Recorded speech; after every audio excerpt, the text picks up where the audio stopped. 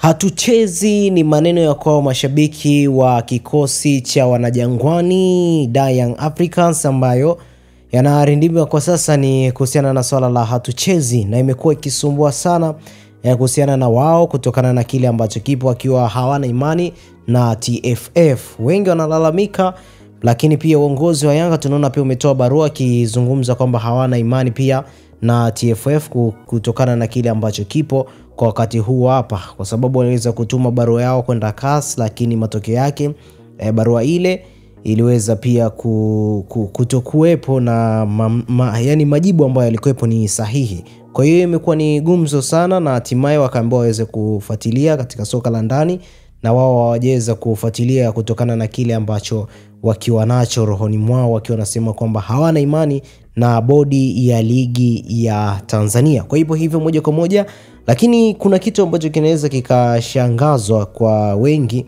kutokana na hii kauli yao ya hatuchezi. Sasa kwa siku ya leo nikasema ni kufahamishe kuhusiana na kile ambacho kitaweza kuwatokea kikosi cha Young Africans kutokana na kutokucheza mchezo wa 184 ambapo uliweza kuahirishwa. Lakini endapo pia tarehe ambayo imepangwa ambayo ni tarehe 15 June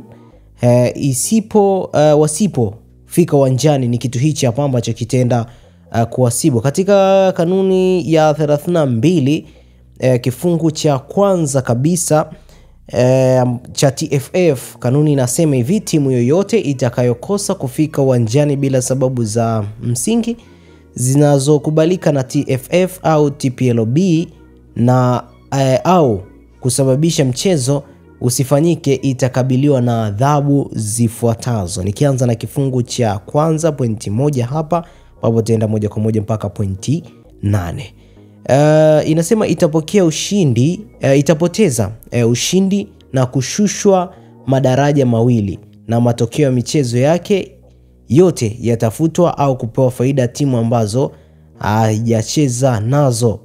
Kanuni ya 32 kifungu cha pili, ili kutoa uwiano sahihi kwa timu zilizobaki kwenye ligi, na endapo timu ilikuwa kwenye nafasi ya kushuka daraja, timu hiyo itashushwa madaraja mengine mawili.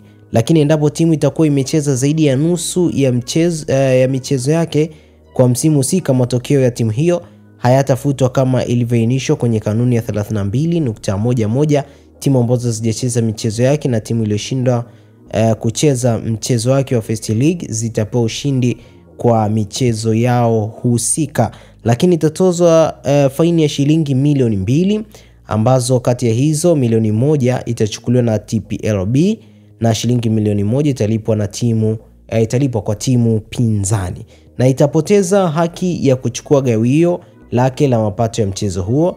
Lakini kiongozi yoyote atakaye bainika kushiriki, alishawishi au alikuwa chanzo au sababu ya timu kutotokea uwanjani bila ya sababu za msingi, atafungiwa kwa kipindi cha miezi 12, yani mwaka mzima. Kwa hiyo Harris pia alikuwepo ni miongoni mwa watu ambao wako katika msimamo kusimamia kile ambacho wananchi wanaweza kukisimamia kwa sasa kwamba hawachezi. Pia na yeye ni mmoja wapo kiongozi ambaye analisimamia sana hili. Kwa hiyo yeye huenda pia akaweza kufungiwa kwa miezi 12 ambapo ni mwaka mmoja. Lakini timu itakayokosa kufika uwanjani na kusababisha mchezo kutokufanyika baada ya kushiriki kikao cha maandalizi ya mchezo itatozwa faini ya shilingi milioni 3, kulipa fidia uharibifu wote unaoweza kujitokeza, kushushwa daraja, na viongozi waliosababishwa watachukuliwa hatua zaidi za kinidhamu.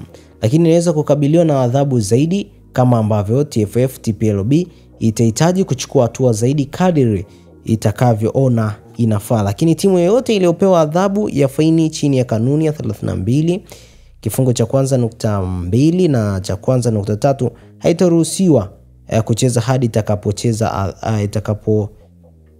itakapotekeleza adhabu hiyo kwa daraja ambalo itakuwa ipo. Lakini pia huenda wakaweza kuchukuliwa na kunyang'anywa pointi 15. Huenda pia hilo likaweza kutokea. Kwa siku ya leo nimesema nikujuze hilo, mtazamaji wa Gift Online TV. Usisahau kusubscribe, kulike, kushare na kucomment Jina langu ni Tobias Kisima. Asante.